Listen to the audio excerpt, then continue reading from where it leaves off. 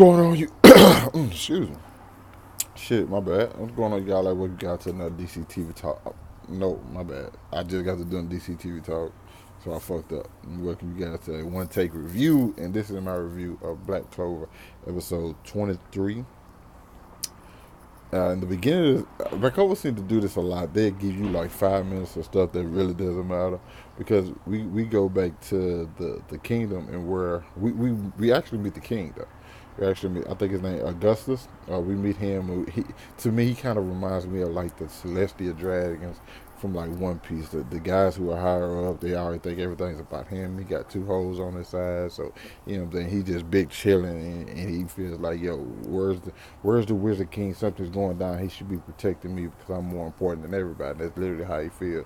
So you have the snobby guy, and I'm pretty sure the Wizard King is the opposite of that. But in times of war, their status, they're equals. You know what I'm saying. And other than that, it's the king, the Wizard King, and then you know what I'm saying, then following suits after that. But during times of war, they're on equal planes. So we the fact that the king's kind of like a dick, I think it speaks volumes to what we're gonna see later on down the road. You know what I'm saying, with them.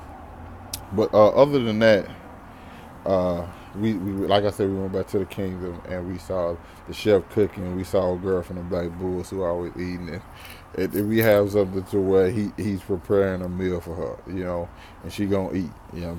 So that's just a little something we get. It's not nothing. Like I said, it wasn't really that big of a deal, but it's just something that they had in the episode. Also, this episode we got more of Asta going against. And I said Rays last week, but I guess it's Radis, something like that. I don't know exactly. Rays was just simpler for me, so I think I might just keep on saying Rays. But either way, go. You got more of that fight, and Asta can't attack the what's the name Alfred, his little thing that he's summoned because it's too high, and so that's pretty much Asta's main problem. And then we get only a little bit of that. He's telling like Asta, you're not strong enough to beat me, and also the attack, the wounds that Asta still had from earlier are still bleeding. So Asta's still bleeding out, and plus he has to avoid this, and he can't get to a raise. Now, initially, when I was watching this episode, I was getting kind of not bored, but I was just like, "Oh, Ray is just a typical other villain who just wants to destroy shit and just constantly laughs and bounces." He had the stereotypical, I guess you would say, stereotypical villain who just wants to destroy, and I always think whatever they're doing is so cool and just laughing while they're attacking and end up losing. But then we find out when the Crimson Lion King comes that there's more to him, that he's was once a part of like the Magic Knights, and that he had a part to play, and that he ended up getting kicked out of the purple orcs. I think that's what it's called. He got kicked out of them because they said his power was like useless and too dangerous and something. And he kind of has a point because it's like, yo, you kicked me out because you and he, since he was like a commoner, nobody took up for him.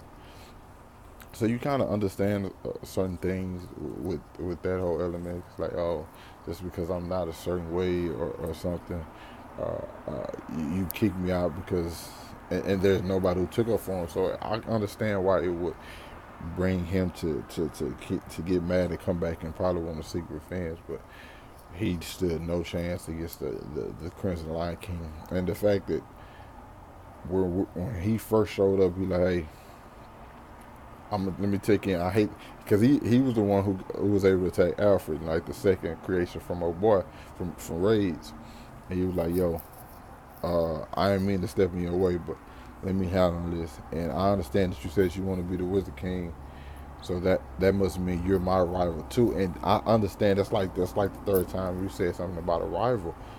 But Leo chose Asta to be his rival, and now a Magic Knight, like the leader of a Magic Knight, the captain of a Magic Knight, and said the same thing. Also, it has much more gravitas to it. It has much more weight because that's like the biggest recognition Asta can get right now.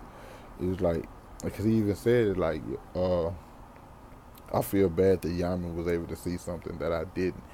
And it is true because Austin's a special type of person, a special character, and that's just that recognition that he got from a captain was very dope, and I like the way they put it in this episode.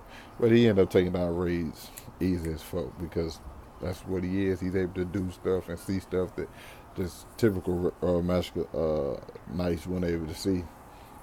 So that's why that's why the like this like it the second half for it really picked up to me. And also, did anybody else notice the Salt Bay thing? Like when the guy with the chef was cooking and he did the little Salt Bay thing, that was funny to me. You know what I'm saying? I think that's why it's actually my thumbnail because I just thought it was funny. But overall, pretty good episode. Let me know what you guys think. Also, we see that the kingdom. I think that was just a ploy, and Ray's was actually just a distraction so other people can sneak their way into the Magic Kingdom. So because we saw the lady on the broom at the end licking her lips, because we know that means something more, and there's something more behind that. So I just think Ray's was like the sacrificial lamb to cause some stuff so they can get other stuff going. And I think the Magic Knights noticed this. It's just they didn't know exactly what was going on. But anyway, like I said, a good episode, man. I enjoyed the fuck out of it, especially the second half, and especially that moment between Austin and the captain of the Crimson Lion King. So yeah, dope episode. But that's all for this this review of Black Clover episode 23. You guys, let me know what you thought about it down in the comments. Like, subscribe. You guys know the deal. Peace out.